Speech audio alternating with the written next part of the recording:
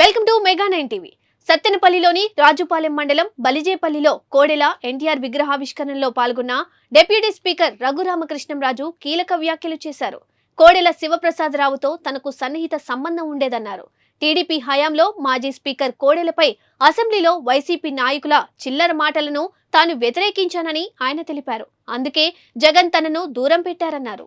కోడెల శివప్రసాద్ గారు ఆయనతో నాకు చక్కటి సాన్నిహిత్య సంబంధం, బాగా మా మధ్యలో స్నేహం పెరిగింది. ఒకసారి అమెరికా టూర్ ఆయనతో పాటు కలిసి వెళ్ళాం. ఎన్నో రోజులు డైలీ 1-2 గంటల పాటు ఆయనతో కలిసి గడిపే అవకాశం వచ్చింది. చాలామందికి తెలియని విషయం ఏంటంటే, అప్పటి ముఖ్యమంత్రితో నాకు తగాదా రావడానికి ఒక ముఖ్య కారణం కోడెల శివప్రసాద్ గారు.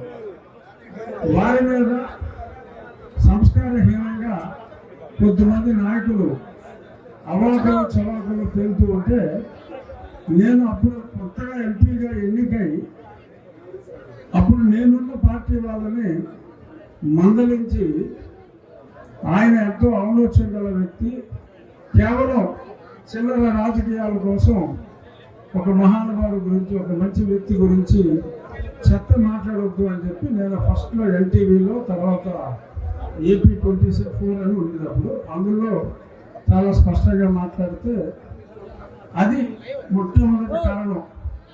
అప్పటి ముఖ్యమంత్రికి నాకు మధ్య కొంత గ్యాప్ స్టార్ట్ అవడానికి. సరే, తర్వాత చాలా ఇన్సిడెంట్స్ జరిగింది. ఈ సందర్భంగా శివప్రసాద్ గారిని, ఆయన అంటే ఆ శాసనసభ స్పీకర్ స్థానానికి ఒక బెంచ్ మార్క్ అనేది ఆయన క్రియేట్ చేశారు. ఆయన క్రమశిక్షణ కానీ, ఆయన సభ నడిపిన తీరు కానీ, ఈరోజు ఒక డిప్యూటీ స్పీకర్గా చాలామంది చెప్తూ ఉంటారు కోడెల గారు ఈ రకంగా వ్యవహరించేవారండి ఇటువంటి విషయంలో. ఆ తర్వాత కోడెల గారి తర్వాత చాలా డౌన్ఫాల్ చూసాం శాసన సభ నిర్వహణలో.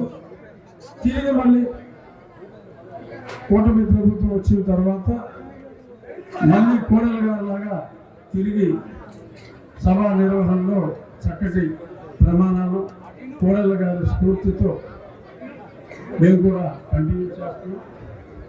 ఈ సందర్భంగా కోడెల గారి స్ఫూర్తిని నింపుకొని శివరామ్ గారు, మేము వాట్సాప్లో చాలా రెగ్యులర్గా టచ్లో ఉంటాం.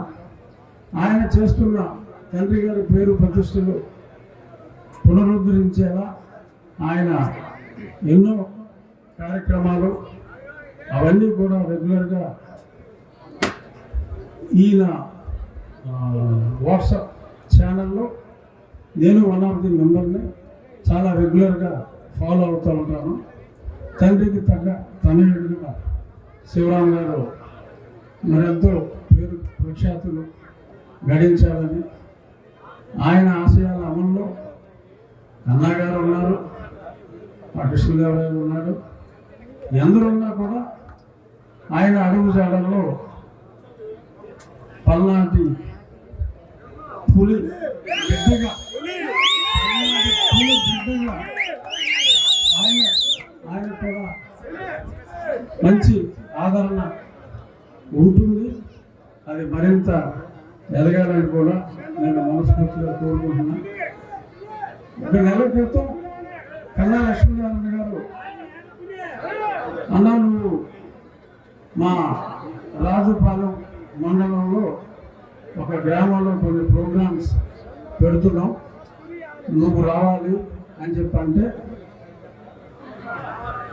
మీరు చెప్తే అది నాకు శిరోధారం సార్, మీరే చెప్పండి డేటు అని 1-2 డేట్లు అనుకుని ఆయన చెప్పిన కార్యక్రమానికి రావడం జరిగింది. 3 రోజుల క్రితం ఇంకెన్నో కొన్ని కార్యక్రమాలు ఉన్నాయంటే ఆయనకు ఫోన్ చేసి అడిగా, గురుగారు ఎలా చిన్న అడ్జస్ట్మెంట్ ఛాన్స్ ఉంటుందా అంటే ఛాన్స్ లేదన్నారు.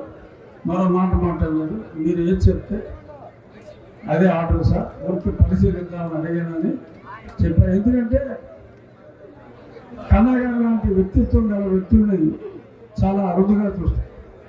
ఎవరికైనా కష్టం వచ్చిందంటే కష్టం వచ్చిన వాడికి ఎంత బాధ ఉంటుందో నాకు తెలియదు, కానీ ఈయన గుంజుకుపోయే వ్యక్తి. అటువంటి సున్నిత స్వభావం, భక్తులు, నేను కన్నా గారు కొన్ని దేవాలయాలు కూడా కలిసి దర్శించాం. ఆయన నిబద్ధత, ప్రజలతో మరి ఆయన మాట్లాడే తీరు మాలాంటి అఫ్కోర్స్ నేను ఏదో కుర్రోళ్ళ కనపడతాను, లేదు అంత కుర్రోళ్ళు కృష్ణదేవరాయలు లాంటి కుర్రోళ్ళకి డెఫినెట్గా ఆచరణీయం.